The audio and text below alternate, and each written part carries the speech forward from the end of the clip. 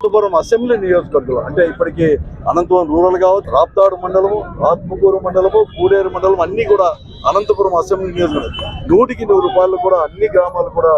Electrification చేసిన ఘనత కూడా ఆయనకే కూడా దక్కుతుంది. అంతేకాదు ఒక పార్లమెంటు సభ్యునికి కూడా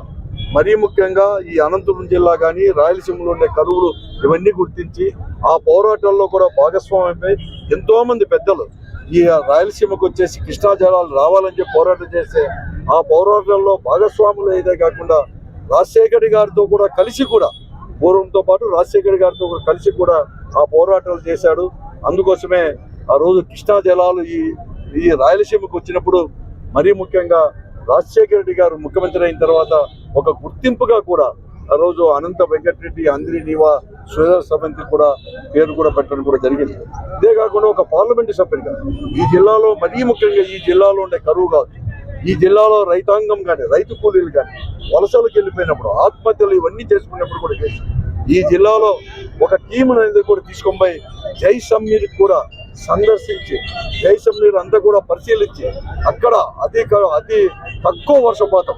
ఈ భారతదేశంలోనే రెండవది కూడా అతి తక్కువ వర్షపాతం దేశంలో సందర్శించి అక్కడ జరుగుతున్న కార్యక్రమాలు అక్కడ కరువు పరిస్థితులు ఎదుర్కొంటున్న కార్యక్రమాలు కూడా చూసి అప్పటి ప్రధానమంత్రి పివి నరసింహరావు గారికి దగ్గరికి వెళ్ళి ఇక్కడ ఉండే పరిస్థితులన్నీ కూడా విశదీకరించి టీడీపీని కూడా అంటే డెజర్ట్ డెవలప్మెంట్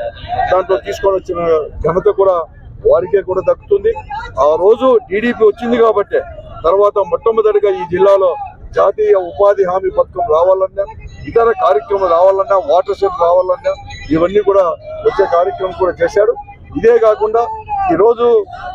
ప్రశాంతతకు కూడా ఈ జిల్లాలో కూడా చేయడానికి, ఎందుకంటే అతను రాజకీయాల్లో ఉన్నప్పుడు ఈ జిల్లాలో ఎక్కువ ఫ్యాక్షనిస్టులు ఉన్నాయి, కానీ ఎక్కడ కానీ ఫ్యాక్షనిజానికి పోకుండా కూడా ప్రశాంతత చేసి అన్ని మార్లు ప్రజాప్రతినిధిగా ఎన్నుకోబడిందే కాకుండా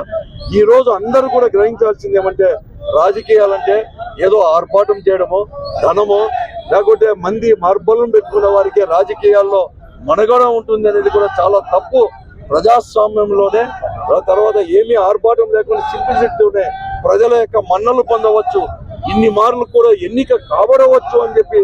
కూడా మనందరూ కూడా నిరూపించిన వాడు అనంత వెంకటరెడ్డి గారు. అందుకోసమే ఆయన ఆదర్శంగా తీసుకొని నేను